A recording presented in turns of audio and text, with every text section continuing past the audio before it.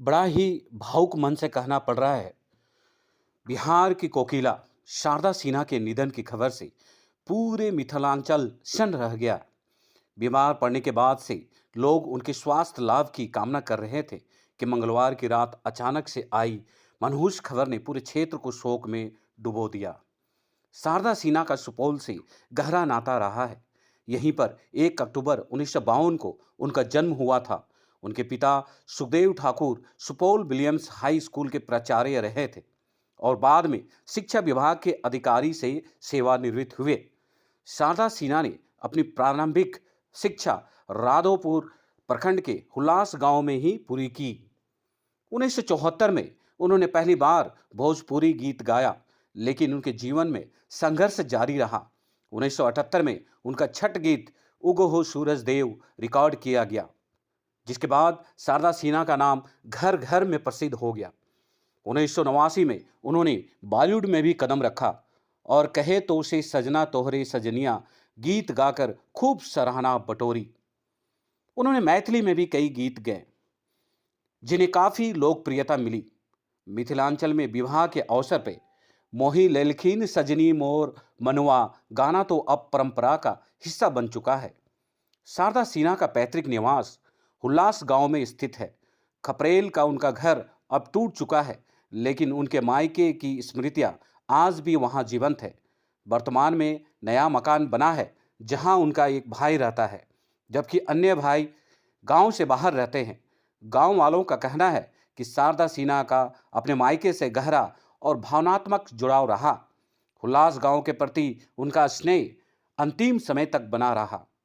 भोजपुरी लोक गायिका शारदा सिन्हा जी ने संगीत के क्षेत्र में जो मुकाम हासिल की वो सदियों तक याद रखा जाएगा।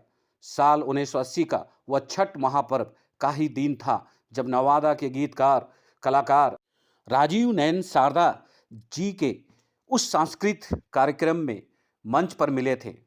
पटना के अंटा घाट के पास वह कार्यक्रम हो रहा था।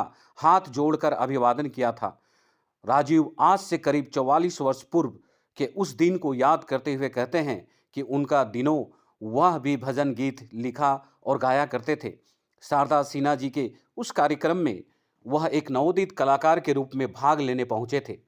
शारदा सिन्हा सभी नवोदित कलाकारों को बराबर प्रोत्साहित करती थी, सबके प्रति सम्मान और स्नेह भाव रखती थी। शारदा सिन्हा सभी नवोदित कलाकारों को मान सम्मान और बड़े प्यार से अपने पास गहन रूप से प्रशिक्षण भी देती थी। उनके निधन की खबर सुनकर राजीव नैन ने कहा कि आज बिहार और भारतवर्ष के एक महान लोक गायिका को खो दिया है। उनकी कमी बराबर खलेगी। उनके गाए छठ गीत हो या शादी विवाह के पारंपरिक गीत सदैव लोक गायकों को प्रेरित करते रहेंगे। संगीत के देवी और बिहार की स्वर कोकिला के रूप में अपनी पहचान बनाने वाली पद्मश्री से सम्मानित शारदा सिन्हा का निधन दिल्ली के एम्स अस्पताल में मंगलवार की रात निधन हो गया। छठ गीतों को घर घर तक पहुंचाने वाली 72 वर्षीय शारदा सिन्हा छठ महापर्व के पहले दिन नहाए खाए पर ही छठी मैया की गोद में निभान को प्राप्त हुई। वो 11 दिनों में एम्स में भर्ती थी। वे बीते 6 वर्षों से ब्लड कैंसर से जूझ रही थी। बीते दिनों उनकी तबीयत बिगड़ने पर 26 अक्टूबर को एम्स में भर्ती कराया गया था। मंगलवार की देर रात उनके बेटे अंशुमन सिन्हा ने इंटरनेट मीडिया पर पोस्ट कर मां शारदा सिन्हा के निधन की जानकारी दी। उनके निधन से कला जगत में शोक की लहर है। महापर्व छठ के आरंभ होने से 4 दिन पूर्व उन्होंने छठ गीत दुखुआ मिठाई छठी मैया रौर आसरा हमार जारी किया था। एम्स अस्पताल से ही उनके बेटे ने गीत को इंटरनेट मीडिया पर जारी कर लोगों को छठ की शुभकामना दी थी। गायिका शारदा सिन्हा को वर्ष 2018 में पद्म भूषण से सम्मानित किया गया था। शारदा सिन्हा द्वारा छठ पूजा पर आधारित गीत हो दीनानाथ को लोगों ने खूब पसंद किया था। बेमिसाल शख्सियत शारदा सिन्हा को बिहार कोकिला के अलावा भोजपुरी कोकिला, भिखारी ठाकुर सम्मान, बिहार रत्न, मैथिली विभूति सहित कई सम्मान मिले हैं। शारदा सिन्हा की बिगड़ते तबीयत को देखते हुए प्रधानमंत्री नरेंद्र मोदी ने अंशुमन सिन्हा से कहा था कि वो बिल्कुल मजबूती से अपनी माँ का इलाज कराए।